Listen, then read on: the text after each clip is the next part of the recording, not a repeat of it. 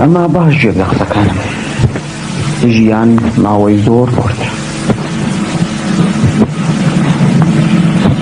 عەقڵ ئەوەیە کە لەو ماوە کورتەی ژیانیدا پێش هەموو شت مرۆڤایەتی ببێ.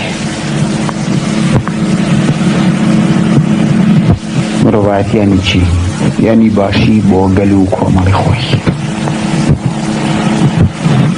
یعنی زۆر دەربەز نەبی کە هەمە نیمە دەست کورتە هەژارم، من بۆ نیمە ئەو بۆ هەیەتی گوێ نەدەی ئەوان. ئەوە یەک.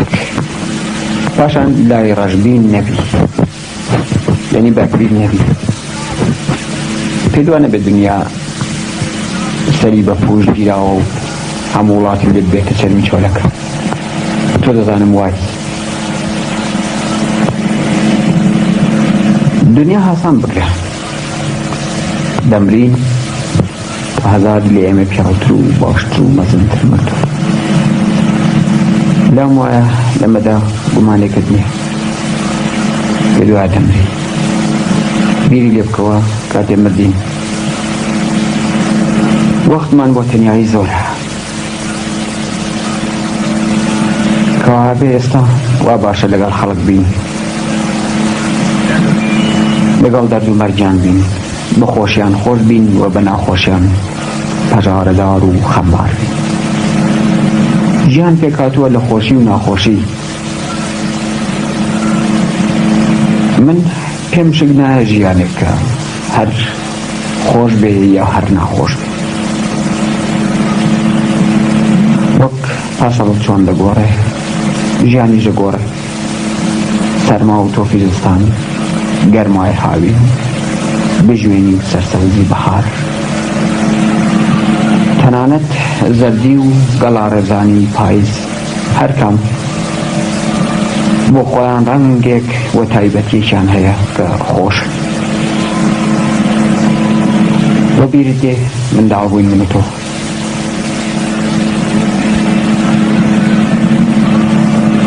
لەو چوار فەسڵانەی کە پێم کوتی هەر کام بیرەوە یەکمان هەیە.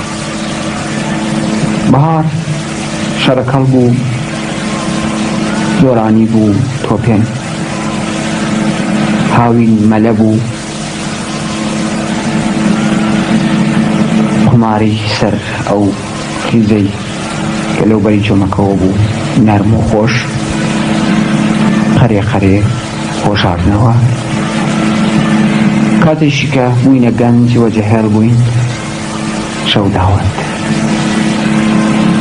حەزێکاری، دڵداری. وەزستانیش کۆبوونەوە لەبەر دەرچی مزگەوت یا لەبەر سۆبەی گەرم و گوڕی ناو مزگەوت، پشکیلان و جۆرابێن و قسە لەوە کە چۆن بچینە ژوان و کێ جوانە و کێ هەزە چێ دەکەوت، کێ لەگەڵ چێ بێنی خۆش. ژیانمان ئاوا تێپەڕی تا لێفت پەرەوازە بووین. ئەمە نیازی ژیانە. زۆر کەم وا هەیە ئینسان بتوانێت لەگەڵ کەسێکە خۆشی دەوێت تاسەر ببێ، بەڵام دەتوانین شتێک بپارێت. ئەویش بیرەوەری خۆشمان. بە واتای کوردی خۆمان دەتوانین کاوێژی بکەینەوە، بیهێنینەوە بیری خۆمان و بچینەوە ئەو سەردەمە خۆشەی کە بووین، سەردەمی بێخەیاڵی و بێخەبەری مناڵی و لاوی. بە ساتێک لەو دنیا پڕ هەراوە و خوریا و زەنازەنایەدا بەو خەڵوەتکردنە لەگەڵ بیرەوەری گوزەشتەی خۆمان خۆش بین. تۆ لادوانیە؟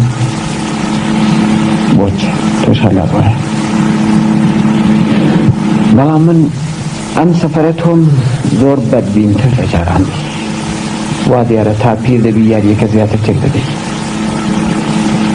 ئەوە قسەی چکۆلە. لێم ڕوونەکە دەزانی دەڵێم چی. دەڵێی چوار مناڵم هەیە، دیویشی چکۆلە،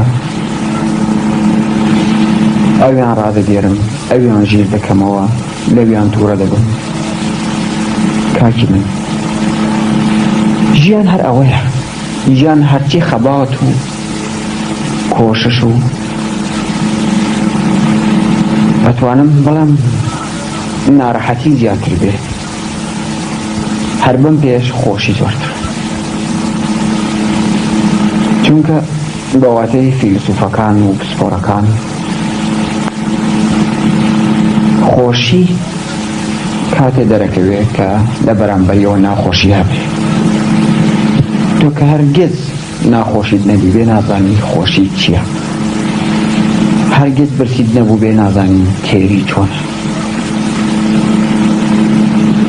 و هەرگیز سەرمات نەبوو بێ نازانی بەرسۆبەی گەرم و هاوین چەند خۆشە. ئێستا من قسە دەکەم، ڕەنگە زۆریش نەچنەوە سەر قسەکان، بەڵام هەرچی هەیە قسەی دڵمە. محەممەد خانی گوێی لێگرتووم، سیغایی بۆ دەکێشێ، کەمێکیش سەرمای بووە ڕاکشەوە.